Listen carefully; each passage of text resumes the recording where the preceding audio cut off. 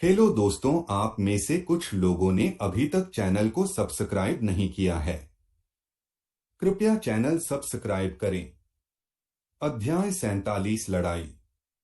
Night squad के सभी member की आंखें अपने टेंटों पर अटैक कर रहे फ्रोजन वुल्फ्स पर थी। वो सभी देखते हैं कि जब उन वुल्फ्स को वहां उन टेंट्स में कोई भी ह्यूमन नहीं मिला, वैसे ही वो सभी काफी अलर्ट हो गए और अगले ही सेकंड वो सभी वहां से ऐसे गायब हो गए कि जैसे वहां पर अभी कोई था ही नहीं। किसी के पास एक अच्छा वेपन है जिससे 4 और 5 स्टार रैंक के ब्लड बीस्ट को आराम से मारा जा सके? दक्ष कीर्ति, अमृता और बाकियों से पूछता है। हाँ, मेरे पास 5 स्टार रैंक का स्पीयर है, कीर्ति दक्ष से कहती है। क्या आप अभी कुछ समय के लिए उस वेपन को मुझे उधार दे सकती है? दक्ष कीर्ति से उसका स्पीयर उधार देने के लिए कहता है। यह लॉ कीर्ति अपना स्पीयर दक्ष को देती हुई कहती है। उसने वह स्पीयर ऐसे ही उधार दिया था ना कि रेलिक में कन्वर्ट करके। ऐसे में कीर्ति जब चाहे अपना स्पीयर वापस ले सकती है, चाहे फिर दक्ष की मर्जी हो या फिर ना हो। क्या तुम उनका शिकार करने वाले हो? लेकिन यह काफी खतरनाक हो सकता है, कीर्ति दक्ष से कहती है। जस्ट रिलैक्स स्क्वाड लीडर, दक्ष कीर्ति से कहता है और फिर उस माउंटेन क्लिफ से छलांग लगा देता है। दक्ष को ऐसा करते हुए देखकर पहले तो सभी डर गए कि कहीं इसका पैर फिसलने से यह नीचे तो नहीं गिरा है, और फिर जब उन सभी ने दक्ष की पीठ पर ब्लैक और व्हाइट कलर के 2 विंग देखे तब वो सभी काफी हैरान हो गए, क्योंकि विंग रेलिक मिलना काफी ज्यादा रेयर और अनकॉमन है। जिस किसी को विंग रेलिक मिला है उसकी किस्मत बहुत ही ज्यादा अच्छी रही है। कितना लकी है यह दक्ष, इसके पास विंग रेलिक। काश मेरे पास भी होता तो मैं भी चिड़ियों की तरह मस्त गगन में गोते खाता। नाइट स्क्वाड के मेंबर्स में एक मेंबर दक्ष के विंग रेलिक को देखता हुआ अपने दोस्त से कहता है। इधर दक्ष रात के घने अंधेरे में रेवन नाइट विजन की मदद से उन फ्रोजन वुल्फ का पीछा करने का सोचता है, लेकिन दक्ष देखता है कि सभी के सभी फ्रोजन वुल्फ एक ही डायरेक्शन में ना भागकर चारों दिशाओं की डायरेक्शन में भाग रहे थे। सच में मैंने जितना सोचा था इन सभी में उससे भी ज्यादा दिमाग है, लेकिन इन लोगों ने गलत इंसानों से पंगा जो ले लिया है तो अब भुगतना भी पड़ेगा।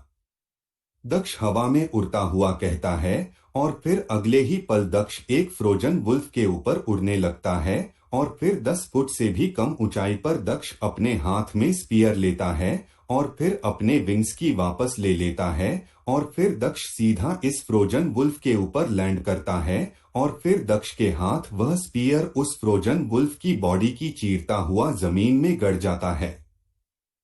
उसके शरीर में से स्पीयर के आर पार होने से वह वुल्फ दर्द के मारे जोर से चिल्लाता है, जिसकी आवाज पूरे फॉरेस्ट में गूंज उठती है। यह चिल्लाहट नाइट स्क्वाड का हर एक मेंबर सुनता है, साथ ही साथ बाकी फ्रोजन वुल्फ भी इस दर्द भरी आवाज को सुनकर और भी तेजी से अपनी अपनी डायरेक्शन में भागने लगते हैं।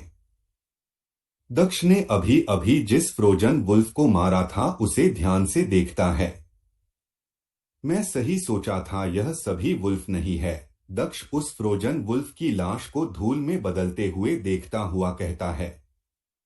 यह जो भी है ये मेरे से बचने वाले नहीं है, लेकिन मुझे अपने अटैक बदलने पड़ेंगे। दक्ष अपने आप से अकता है और फिर उड़कर दूसरे फ्रोजन ब्लड बीस्ट की तरफ जाने लगता है। दक्ष एक के बाद एक करके करें 30 फ्रोजन वुल्फ को ठीक वैसे ही मरता है जैसे उसने पहले वाले फ्रोजन वुल्फ को मारा था, लेकिन इस बार वह सीधे गर्दन पर अटैक करता, यह ताकि वह किसी भी प्रकार की आवाज ना निकाल सके, जिससे और किसी भी फ्रोजन वुल्फ को कुछ भी पता नहीं चलेगा और वो सभी अपने आप को सेफ महसूस कर स्लो हो जाए। और ऐसा हुआ भी। इसके के चलते दक्ष ने 30 फ्रोजन वुल्फ को ठिकाने लगा दिया था। 30 फ्रोजन वुल्फ में से दक्ष को एक रेलिक और करीब 22 फ्रैगमेंट स्टोन मिले थे, जिसमें से 14 फ्रैगमेंट स्टोन व्हाइट कलर और बाकियों में से 4 फ्रैगमेंट स्टोन ब्लू कलर के, 3 स्टोन ग्रीन कलर के और 1 स्टोन पिंक कलर का था। जिसमें से दक्ष के रेवन आर्मर ने पिंक फ्रैगमेंट स्टोन को छोड़कर सभी को एब्जॉर्ब कर लिया था। हालांकि दक्ष ने अपनी मर्जी से एब्जॉर्ब करने दिया था, क्योंकि वह देखना चाहता था कि यह इतने सारे फ्रैगमेंट स्टोन को अब्जॉर्ब करने पर इस आर्मर सूट के साथ क्या होने वाला है। उसके बाद दक्ष वही फॉरेस्ट में खड़ा होकर उस रेलिक को यूटिलाइज करता है। उसके यूटिलाइज से दक्ष को एक और वेपन मिला जो कुछ ज्यादा ही छोटा था। वह एक छोटा सा राउंड शेप का करम्बित खंजर था जो देखने में हड्डियों से बना हुआ दिखाई दे रहा था। हालांकि वह रियल में हड्डियों से ही बना हुआ था। यह काफी छोटा वेपन नहीं है क्या? लेकिन ठीक है, कम से कम एक 4 स्टार रैंक का वेपन तो मिला। नहीं तो मैं बस आयरन स्वॉर्ड 1 स्टार रैंक की उस डबल हेडेड बैटल एक्स से मैं किसी हाई स्टार रैंक के ब्लड बीस्ट के बालों तक को काट नहीं पाता। दक्ष उस खंजर को देखता हुआ कहता है। उसके बाद 5 और व्हाइट कलर के फ्रैगमेंट स्टोन और लेने के बाद दक्ष वहां से वापस जाने के लिए मुड़ा ही था कि तभी उसके रेवन सूट में अचानक से पावर फ्लैक्चुएशन बढ़ता हुआ महसूस होता है और फिर काफी देर बाद वह पावर फ्लैक्चुएशन स्टेबल हो जाता है। इसके बाद दक्ष अपने सूट में एक बार फिर वह वही एनर्जी महसूस करने लग जाता है जिसको वह शुरुआती दिनों में महसूस किया करता था, जिसे देखकर दक्ष काफी खुश हो जाता है। उसके बाद वह फिर से अपनी स्क्वाड के पास चला जाता है। इधर पूरी नाइट स्क्वाड उसी माउंटेन क्लिफ पर रात बिताने के लिए अपने आप को तैयार करते हैं। कुछ लोगों तो ऐसी ठंड में सो गए थे क्योंकि उनके पास आर्मर था जिसमें सर्दी बिल्कुल भी नहीं लगती थी, जबकि कुछ लोग अभी भी वहां पर पहरा दे रहे थे। कीर्ति और अमृता और दिव्या तीनों वही के एक पत्थर पर बैठकर कुछ खा रही थी कि तभी दक्ष वहां पर लैंड करता है। एक बार फिर दक्ष के अचानक लैंड से वो तीनों डर गई। यह लो, स्क्वाड लीडर दक्ष अपना बैग कीर्ति की देता हुआ कहता है और फिर कीर्ति उस बैग को लेकर उसमें देखती है। वह देखती है कि उसमें कई सारे फ्रैगमेंट स्टोन थे और उनमें से एक जो पिंक कलर का था वह तो काफी रेयर भी था। ये सारे फ्रैगमेंट स्टोन मुझे क्यों दे रहे हो? इनको तुमने हासिल किया है। कीर्ति उस बैग में फ्रैगमेंट स्टोन को देखती हुई दक्ष से कहती है, ताकि हम सब वापस बेस जा सके। इन फ्रैगमेंट स्टोन से एक रेड जितने पैसे तो आ गए होंगे, दक्ष कीर्ति से कहता है। हालांकि दक्ष का कुछ और ही प्लान था जिसके कारण दक्ष नाइट स्क्वाड को वापस बेस भेजना चाहता था। एक रेड से आने वाले पैसों से कहीं ज्यादा आ गए हैं। यह लो एक फ्रैगमेंट स्टोन, यह हम सब की जान बचाने के लिए। हालांकि यह तुम्हारा ही है, लेकिन फिर भी आज तुम नहीं होते हो हम सब मारे जाते, इसलिए thank you. Kirti pink fragment stone Daksh को लौटाती हुई कहती है। दक्ष, उन फ्रोजन वुल्फ के प्लान के बारे में तुम्हें कब पता चला? अमृता इस सवाल के बारे में काफी देर से सोच रही थी। उसे समझ नहीं आ रहा था कि दक्ष को कब प्लान के बारे में पता चला। क्यूरियस अमृता दक्ष से पूछती है। अध्याय 48 रहस्यमय लड़की। एक रेड से आने वाले पैसों से कहीं ज्यादा आ गए हैं।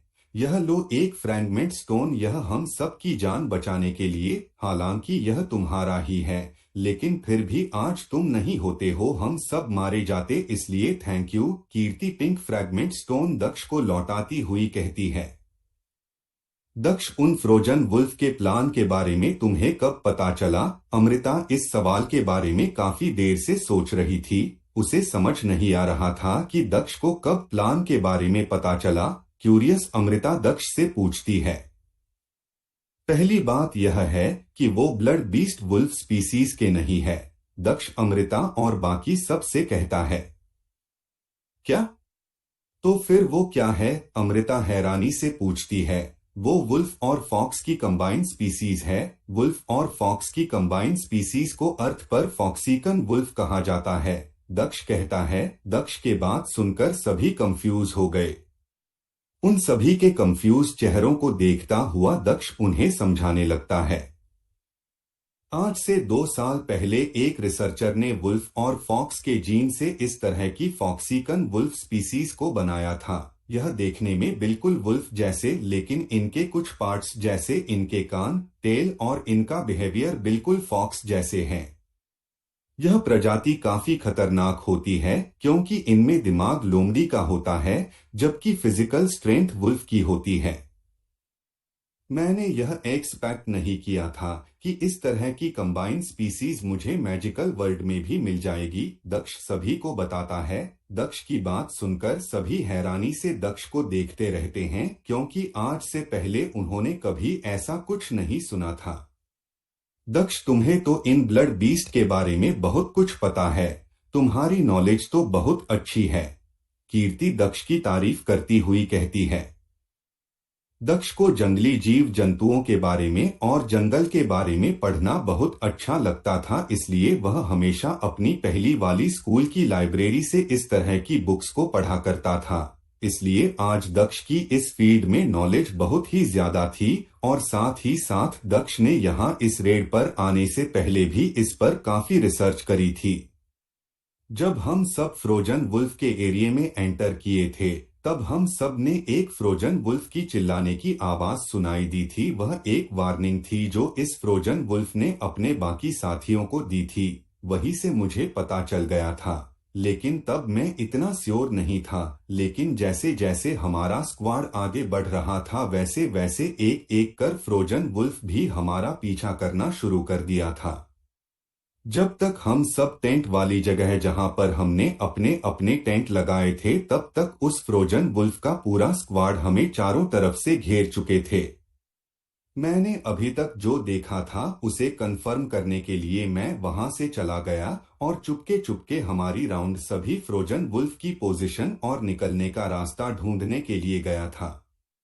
उसके बाद जो कुछ भी हुआ वो सभी आप लोगों को पता ही है, दक्ष सभी को बताता है। इधर अभिषेक भी दक्ष को बाकियों की बातों को सुन रहा था। दक्ष के बातों को सुनकर और उसके काम को देखकर अभिषेक, जो अभी तक दूसरों के द्वारा दक्ष की रिस्पेक्ट करते हुए देखकर जलता था, अब वही अभिषेक खुद भी दक्ष की रिस्पेक्ट करना शुरू कर देता है। अभिषेक जानता था कि आज दक्ष नहीं होता तो वो सब कब के मारे जा चुके होते हैं। अभी वो सभी आपस में बात कर रहे थे कि तभी धीरे धीरे उजाला होना भी शुरू हो गया। सभी लोग जल्दी से तैयार हो जाओ, हम जल्दी ही यहाँ से निकलने वाले हैं। सुबह की पहली किरण के साथ स्क्वाड लीडर सभी स्क्वाड मेंबर्स से तैयार होने के लिए कहती है। इसके बाद अगले कुछ ही समय में सभी स्क्वाड मेंबर वहां से निकलने के लिए तैयार हो गए थे। हम वापस बेस जा रहे हैं। इस महीने की रेड यहीं पर खत्म होती है, लेकिन बेस जाते वक्त हम सब रास्ते में आने वाले सभी ब्लड बीस्टों का शिकार करेंगे, चाहे वह किसी भी रैंक का हो, कीर्ति सभी से कहती है। और फिर सभी लोग वहां से वापस बेस की तरफ जाने लगते हैं। एक करके सभी लोगों ने वह माउंटेन क्लिफ छोड़कर नीचे जाने लगे, लेकिन दक्ष अभी भी वही खड़ा होकर उन फ्रोजन वुल्फ के एरिया की तरफ देखता रहता है और कुछ देर के बाद दक्ष भी वहां से चला जाता है। दक्ष जैसे ही जाने के लिए मुड़ता है, वैसे ही उसके पीछे एक छोटे से पेड़ के तने में से एक लड़की बाहर निकलती है। यह लड़की जो अभी अभी एक छोटे से पेड़ के तने से बाहर निकली थी, उसने पर्पल और पिंक के ग्रेडियंट कलर का एक यूनिक डिजाइन का कपड़ा पहना हुआ था और अपने हाथों में पेड़ की पत्तियों से बनी हुई चूड़ियां, पैरों में भी पत्तियों से बनी हुई पायल, गले और सिर पर फूलों से बने हुए हार बहने हुए थे और बालों में मोर के कई सारे सतरंगी पंख लगा रहे थे, जो देखने में काफी सुंदर लग रहे थे। वह लड़की दक्ष को वहां से जाते हुए देखकर अपने चेहरे एक हल्की की स्माइल लाती है।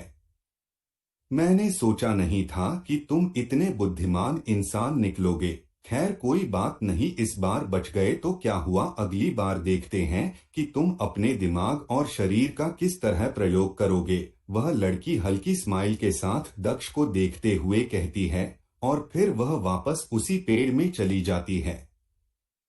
लेकिन दक्ष को उस लड़की की प्रेजेंस बिल्कुल भी महसूस नहीं हुई थी, यहाँ तक उसने रेवन सूट भी पहना हुआ था। करीब आधे दिन के बाद वो सभी उस जंगल से फाइनली बाहर आ हो गए थे। अब उनके सामने एक पूरा सफेद मैदान पड़ा हुआ था जो बर्फ से ढका हुआ था। उस खाली जगह में कहीं कहीं पर कुछ पेड़ उगे हुए थे जो इस जगह को और भी ज्यादा खूबसूरत बना रहा था। स्क्वाड लीडर, हम आते समय तो इस रास्ते से नहीं आए थे, यह कौन सा रास्ता है? दक्ष उस स्नोई मैदान को देखता हुआ कीर्ति से पूछता है। यह रास्ता हमारे बेस के ठीक पीछे है। इसका रास्ता भी बेस की बैकसाइड को काटकर बनाया गया है। क्या अभी तक तुम्हें इस रास्ते के बारे में पता नहीं था क्या? कीर्ति दक्ष से पूछती है।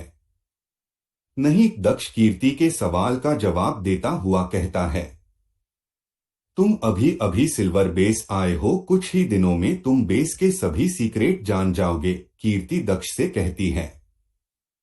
उसके बाद वह पूरी स्क्वाड कुछ ही दूर चली ही थी, तभी हर्षित सभी लोगों को वही रोक देता है। हर्षित, क्या हुआ? हम ऐसे अचानक से कैसे रुक गए? क्या कोई ब्लड बीस्ट है क्या? दिव्या हर्षित से पूछती है। मुझे नहीं पता, लेकिन उस बड़े पेड़ के पीछे कोई तो है। हर्षित एक पेड़ की तरफ इशारा करता हुआ कहता है और फिर सभी लोग उस पेड़ की तरफ देखने लग जाते हैं। अभी वो सब देख ही रहे थे कि तभी हवा के तेज झोंके से उस पेड़ के पीछे से काले बाल लहराते हुए नजर आते हैं। इसे देखकर सभी लोग और भी ज्यादा अलर्ट हो जाते हैं। तो आपको क्या लगता है इस कहानी में आगे क्या होगा? कृपया अगले एपिसोड के लिए चैनल को लाइक और सब्सक्राइब करें।